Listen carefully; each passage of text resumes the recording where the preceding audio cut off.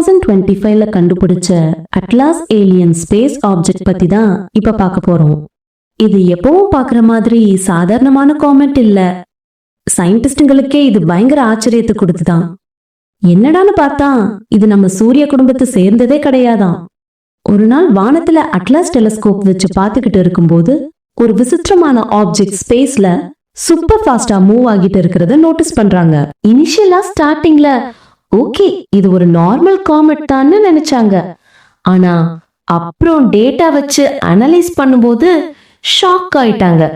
இது நம்ம சோலார் சிஸ்டம்ல இருந்து வந்த ஆப்ஜெக்டே இல்ல, ஸ்ட்ரெயிட்டா வேற கேலக்சில இருந்து வந்திருக்கு. இதோட பிஹேவியர் புதுசா இருக்கு. ஒருவேளை ஏலியன் ஆப்ஜெக்டா இருக்குமோன்னு சந்தேகப்பட்டாங்க. இது பத்தி நாசா, செட்டி எல்லாரும் டீடைல்டா அனலைஸ் பண்ணிட்டு இருக்காங்க.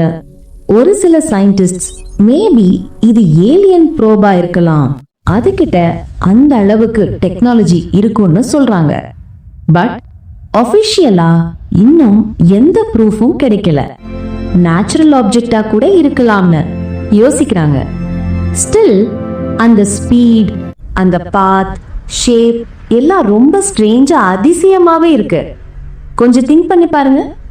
ஒரு ஆப்ஜெக்ட் வேற யூனிவர்ஸ்ல இருந்து வந்து நம்ம சூரிய குடும்பத்துல சுத்திக்கிட்டு இருக்கலாம்னு சொல்றத நம்மால கற்பனை கூட பண்ணி பார்க்க முடியாது தானே.